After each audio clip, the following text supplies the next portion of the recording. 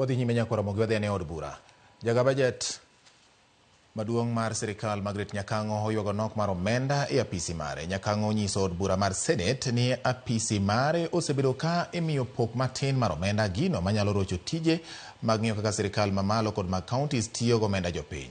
E bajet mar 2025-2026 apis mar Nyakango ne dwaro bilion 1.6. Kata kamano, od bura kod sirkal omiye mana milion 777. Chris Owino noluwo wachni kendo mai report.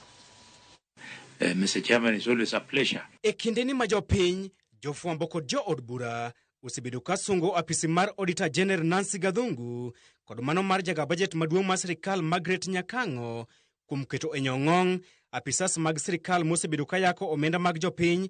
Apis Margaret Nyakango to ywago kech mar omenda. Ka oloso e nyim komiti mar od bura mar Senate mochung'ne loso bajet, Nyakango otomo ywak kendo wacho ni sirkal osebedo ka miyo apisi mare omenda mapuot, gino manyalo thiro tije mar ng'iyo ka sirkal tiyo kod omenda mag jopiny. We have been very constrained with resources. So we've been doing the counties piecemeal. So sometimes we do 15 wherever the funds can get us. Right now we've just finished 12, and we hope that this is one area that will be better funded because it supports a lot of other offices. E budget mar 2025-2026, apis Margaret Nyakango ne okwayo bilion 1.6. Kata kamano, od bura ne omiyo gi mana milion 777. Then we have the 25-26 OCOB proposed estimates, and we'll be seeing that those estimates, if you look overleaf, Honorable Chair, you will see the difference that from 704 we had proposed a budget of 1.633 billion. I know many Kenyans don't even know that you have liaison officers at the county level.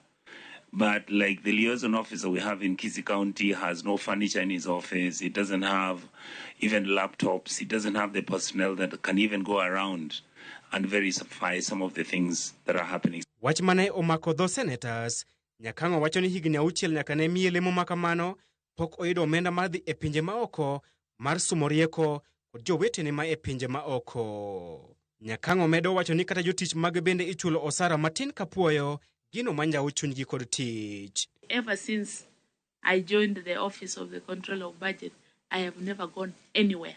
This is my 6th year now. I have never gone anywhere. I have never done any benchmarking.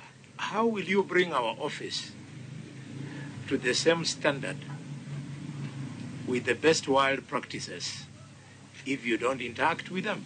E komachielo, Nyakango ogolo siem mager ne tend sirkal mag counties kod sirkal mamalo ewi gope, ka owacho nyaka giket mahino mag e chulo gope duto motelo ne chako chenro manyien. Kata odoko ni oganda jo Kenya osebedo kamiye maua kuom tich mare manyangafu mar menyo weche mag mibadhi e sirkal mamalo kod sirkal mag counties, jagaa bajet maduong' mar sirkal Margaret Nyakango wacho ni apisi mare jotich gwonyore gi pado kalure kod pok matin mar omenda ma piny owacho osebedo kamiyo apisi mare.